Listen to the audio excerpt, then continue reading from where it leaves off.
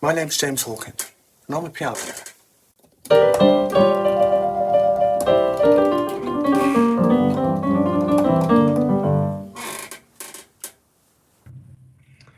I've just got a new single out. It's called You Got a Day. It's completely different to what all the piano pieces I've been putting out. My piano pieces have been sort of neoclassical, stroke, ambient. Nice little pieces, but just basically all piano based. No singing, just instrumentals. So I had an urge to do something slightly different. One day I just felt fantastic in myself that I've come through 30 odd years of addiction to all sorts of things, mainly alcohol, but other drugs as well.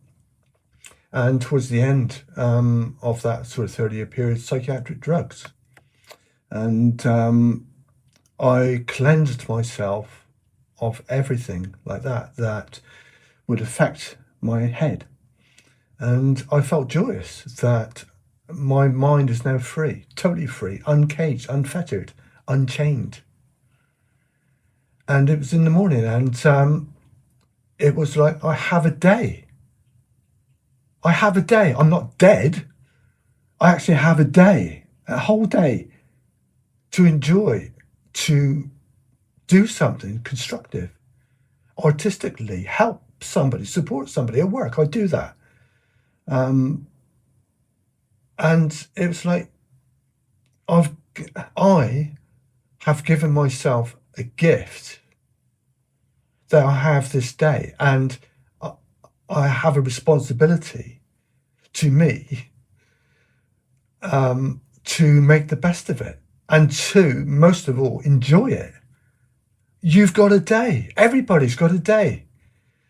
And I know it can be pretty shit for some people. It really can be. And, you know, I deal with it on a daily basis at work, that youngsters' lives can be shit. And me having this day to put a little bit of positivity into somebody else's life, a youngster's life. And when I was that age, it was a massive problem for me, which probably led into these addictions.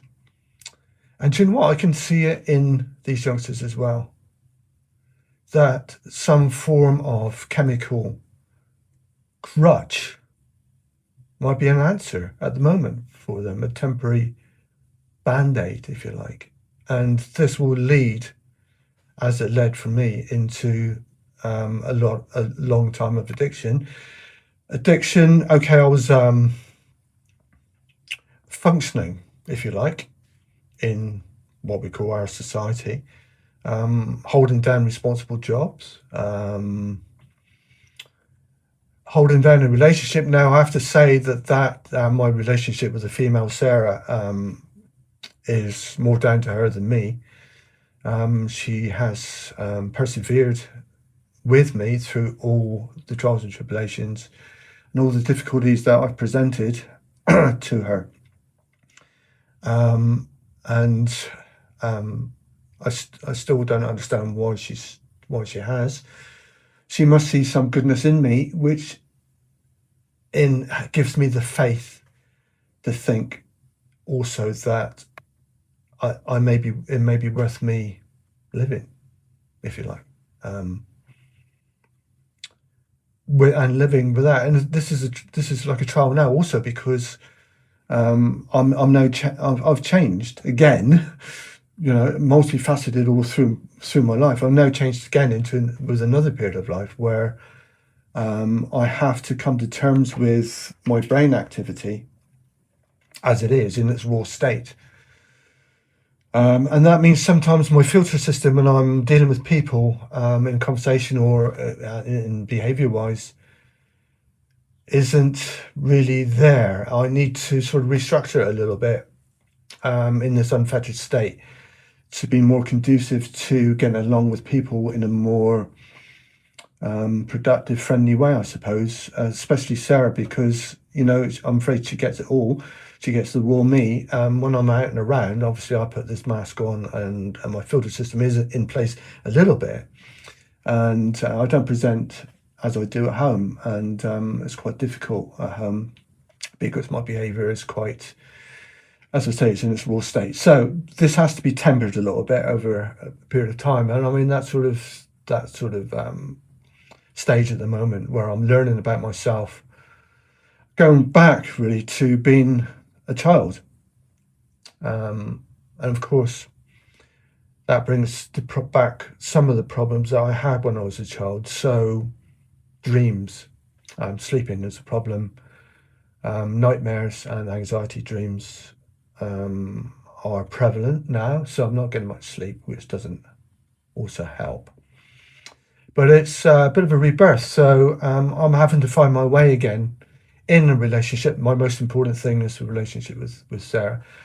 And my relationship with the external world in this sort of perceived reality, this perception that we all have in our head of what's around us and our interaction within it, which includes interaction with other people. But it also includes creativity. The piano, as I've said in previous podcasts, this is like a conduit of how I feel. It's the piano understands me in a way that nothing else does, or music, if you like, in general. And me producing it, creating it, allows me to exorcise some feelings I have in me, which may be frustration, maybe anger, and in this case, joy. So how it came about was that Emily Dolan Davies, she's a drummer who's been on tour with Kim Wilde. She also plays with Roxy Music, and I think if I get it right, she's actually drumming on The Voice, which is isn't it a TV program of some talent contest, singing, I assume, which is pretty amazing. Anyway, she has these samples of her drumming online, and I was inspired by one of her drumming samples that went on for about over 3 minutes of this drum pattern that she was laying down, and I jammed to it and made up this sort of this piano, electric piano, jazzy, funky, bluesy type of riff, or this arrangement, if you like, this jam, and I started singing "You Got a Day," and for some reason, that's all I could say really was "You Got a Day," and I was just blurting this out in this sort of scat. I won't call it singing. It's not really singing. It's I was making the voice with my larynx, and it's being projected through my mouth into the microphone, and it was just an expression basically. And anyway, I put a bit of back into bass and things, and I thought it sounded quite good. So I sent it to Emily. I said, what do you think? I'm using your drums in this, and she said that it's really good, and she was really pleased with it. And if I was going to release it, then she would want a copy of it and get it out on her social media in her thing. And I thought, well, that's pretty positive. So I've stuck it out, and I've sort of made this bit of a crazy video to go with it, which you can see. So I've said sort of in the past that I might want to talk about addiction. Addiction is a pretty personal thing, isn't it? For every addict, there's a different reason for them being an addict. I work with a lot of youngsters who've been diagnosed with autism. And for every different person I have with this diagnosis of autism, there's a different version of autism. So there's a multitude of versions of that. So there's also obviously a multitude of versions of addiction and the reasons why. And obviously the so-called experts have sort of looked at it, and they still don't understand addiction and why we get addicted to things. There's several ideas. Obviously, it's nature nurture. It can be part of who you are, your genetics. your physical makeup, the biological model, if you like, and also the environment, the nurture bit, where how we were brought up. Were you brought up in an environment of addicts, or was it a struggle? Were you in poverty? I don't know, hedonistic way? Your environment's going to mold who and how you go through life. Also with the genetic way, the biological model, if you have some neurological, I'm not going to call it disorder because I really hate that word, but a neurological way that your brain works that would lead to difficulties fitting into this so-called society of ours or whatever, that a drug makes it easier, makes it better, or can blank it out. Somebody described being on opiates, on heroin in particular, as curling up with a lovely warm blanket. It's comforting. It gives you comfort and escapism, I suppose. So, if you look at the biological model, from what we can gather, or what so-called experts have gathered, is this little reward thing that we have. Neurological little neurons fire and give you like a reward. So your little dopamine stuff comes out, your neurotransmitters, and you feel good. Like a reward thing, you feel good about doing something. So you might have that with a form of exercise. Feel good about doing that. You might feel about having a great interaction with somebody. You might feel better with so-called falling in love, whatever that means. Creativity gives you a reward. Something gives you a reward, and I tend to think that a drug might, especially alcohol, sort of overrides this, sort of hijacks this, your brain doing this. So you sort of stop getting the reward from those things and only get the reward from that drug. And then when that drug is not present, you can go, your brain is like saying, well, hang on a minute. I'm going to create all these problems. I'm going to make you feel absolutely shit. Depression, physical, whatever it is, if you don't give me that drug again. And therefore you need to resupply your brain with that drug to give you that reward or to make you good. And the trouble is when that then becomes the norm, and you have to take it to feel normal. And all this, it's a normal way of life. I can remember that with alcohol, it was a bottle of wine just to normalize.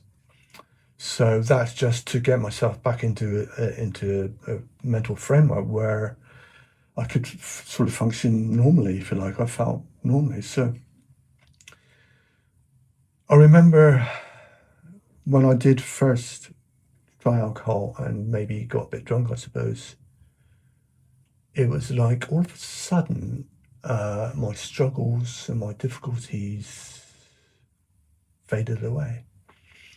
I could be myself. I could communicate with people easily. It wasn't a struggle. I didn't have to analyze things. I didn't not fit.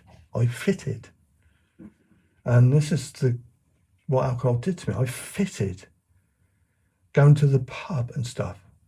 I fitted somewhere. I fitted into this drinking community. And it's this fit that I needed and became a norm for 30 odd years. That fit via alcohol. I also tried other things, obviously. I won't go through the whole list of drugs that I tried, but that was all sort of more recreational and fun until they became a problem. Cannabis obviously became a psychological problem. I think it affected me with my anxiety and my paranoia, and I got into a bit of a state with it, unable to really function, and so that went out the window. And with stimulants, they still don't really know that they don't have like a medical thing to be able to help addiction to stimulants like your cocaine or your methamphetamines and stuff like that. They still don't. With other things, maybe like alcohol, nicotine, stuff like that, they may have sort of a medical thing, a medical model which they can approach with that. Opiates, for instance, they can because we have things like your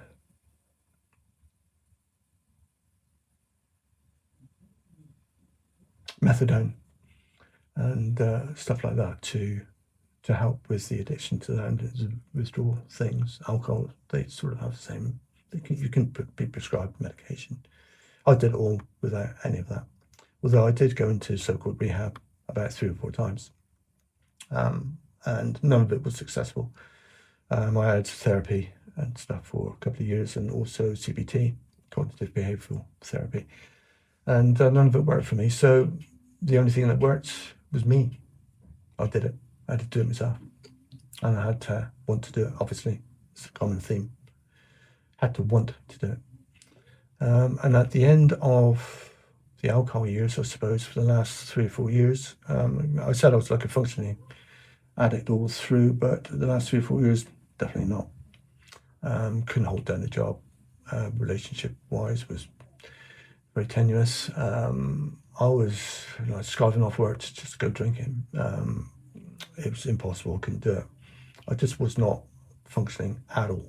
The only thing was consuming me was, getting a drink, getting under the influence of it. And also with the medical model, with the biological model, brain exploration and everything else is quite a new thing, really.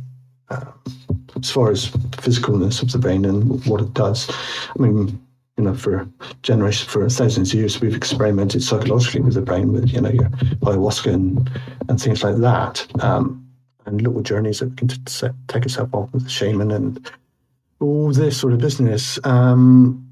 But so-called experts again have sort of identified this frontal cortex, which is where all your decision-making processes go on, so they think. And when you're an addict, so they think that your frontal cortex can be destroyed, basically. It really, really affects this frontal cortex, and your decision-making ability goes right out the window. So, you can say, okay, when I wake up today, I know if I go and open that bottle of wine, it's just going to lead on to the rest of the day being an alcoholic sort of stupor, and I'm going to waste a day doing that. Your brain would tell you that, but because your decision-making process has gone completely out the window, you cannot rationalize that thought in order to make a decision for the better, and not to do that. So your decision-making goes to having that drink. Go down the bookies. You know that you're going to lose. I mean, gambling, you are going to lose more often than not. The addiction to gambling will tell your frontal cortex that, or the actual addiction and the frontal cortex sort of destruction won't allow you to make that decision not to do that. So anything through life, your decision-making will not necessarily be something that you can do that will make you do things better in your life. It will turn to the things that you're addicted to that are more destructive, whether you can rationally think it right through and imagine the consequences and foretell what might happen, which is usually bad. Your decision-making process will err on the side of those things that will cock everything up. So if we sort of go on with the frontal cortex type thing and the decision-making process, apparently teens, when you're in your teens, this thing is all a bit wild anyway, and the rewarding thing in your brain, the neurotransmitters are also a bit wild in your teens. And therefore, if you introduce any form of stimulant or any sort of drug, addictive, anything, in your teens, you're more susceptible to for that to take a greater effect, and also the addictive nature of it to be greater. This worries me a lot with working with the youngsters that I am at the moment. That if they are, a lot of them do smoke weed, and drugs are, is a thing in our culture that it's not romanticized, but it is a thing that you're going to try when you're young. The reasons for that, again, sociological reasons, cultural reasons, societal reasons are probably another complete subject. And when I've been working in mental health, I've had to work with youngsters, usually young men, to be honest with you, in their early 20s that have mental illness, and they have psychosis, and they have psychosis through substance abuse, drug-induced psychosis. And there's a problem. And I've spoken to quite a lot of people that started smoking weed and stuff, in their early teens, and experimenting with other things. And when your brain has been formed, and also the reactions of your brain and neurotransmitters are heightened. I mean, this stuff, I've seen it. It can do some real damage. Obviously, also there are people that it doesn't, and people can have a normal so-called life, and so-called normal life. Sorry, through it by smoke weed all their life and done things recreationally, and it's not been a problem. But what I've seen and the problems that I've seen, it is pretty serious and devastating, not just for that person, that young person, but for the family and for everybody around them, their friends and everything. And you just got to be careful. I mean, this, Anyway, I'm not gonna lecture anybody about the pros and cons of taking it. I mean, there's no point. People would do anyway, whether whoever says anything about it. I mean, especially youngsters. I mean, they're gonna experiment. That's what you do when you're teens, isn't it? And all I can do is give people the benefit of my experience. It's not advice. I never advise anybody. I just say, look, this, in my experience, this thing has happened to me and to other people, and it's up to you what you do with this piece of information. And hope for the best. That's what we do really in life, isn't it? Hope for the best. Anyway. So what I haven't talked about in detail is psychiatric drugs. Now, I was prescribed antidepressants, and when I was at my worst, I was prescribed antipsychotics. The antidepressants were the SSRIs, the selective serotonin reuptake inhibitors. And I've got to be honest that I found the addiction to these harder to break than everything else, probably on a par with alcohol. Yes, they sort of helped temporarily. I was in a bit of a crisis situation. And then the disadvantages, which there are a lot of side effects.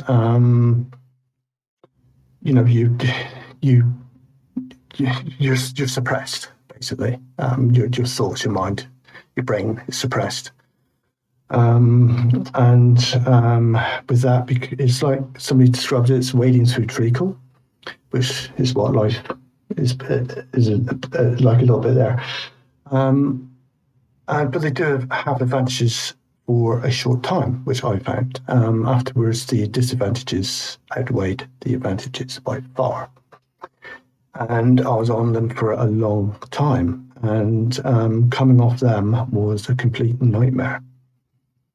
I won't go into all the symptoms. It's like when your brain is emerging from complete docility, complete suppression.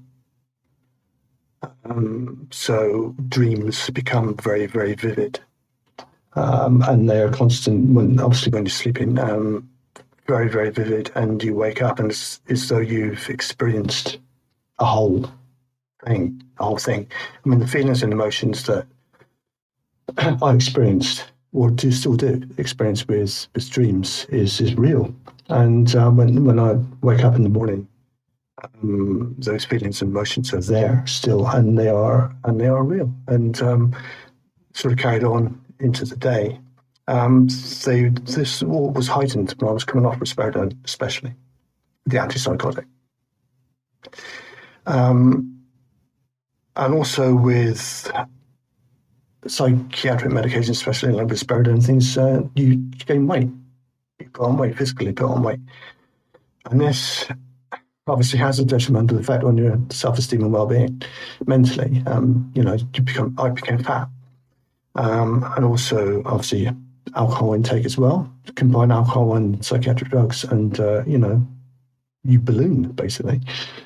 So there's all that to deal with. And I tried risperidone. I tried to come off several times, and the only way to do it for me was to stop completely and just have to go cold turkey. And the cold turkey lasted months.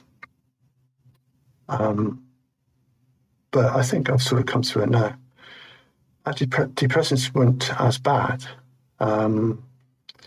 It's like your brain has a complete need for something, and once you remove that need, that thing, that's all it's desiring, and it makes you feel crap. And anti-psychiatric medication are no different, as far as I'm concerned. I mean, they made me feel really crap, but I knew that I had to go through it all to come out the other side. And blow me, I tell you what, it is miles different, miles better. These SSRIs, they even think these days with current research, it's, actually, as far as the depressive symptoms are concerned, it doesn't really help that much. Maybe initially, but certainly not long term.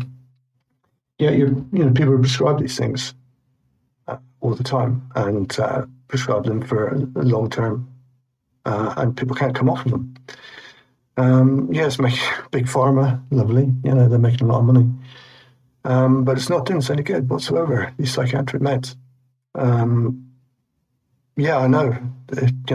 I've dealt with people who's been through real psychotic episodes and become hospitalised and sectioned, and come out of hospital and they're on depot. They're on injections once every 3 months, whatever it is, and it's difficult for them to go through their life, and how what the work I've been doing with them. That's been an obstacle. But maybe for severe cases, that is one. It is a sort of an answer to reduce psychosis in a way that is so debilitating that you have to be sectioned. So for maybe the not quite so heavy mental health problems, to think of medication as like the first instance, you go to the GP, and you may have symptoms of depression, and the first thing they're going to do is put you on antidepressants. I think it's wrong. It's a real holistic thing that we need to think about, the whole gamut of your life. And I think that medication should be last resort. That's my opinion. But all of that is in the past. Now, if I can do that, other people can too. And nobody listens to my podcast.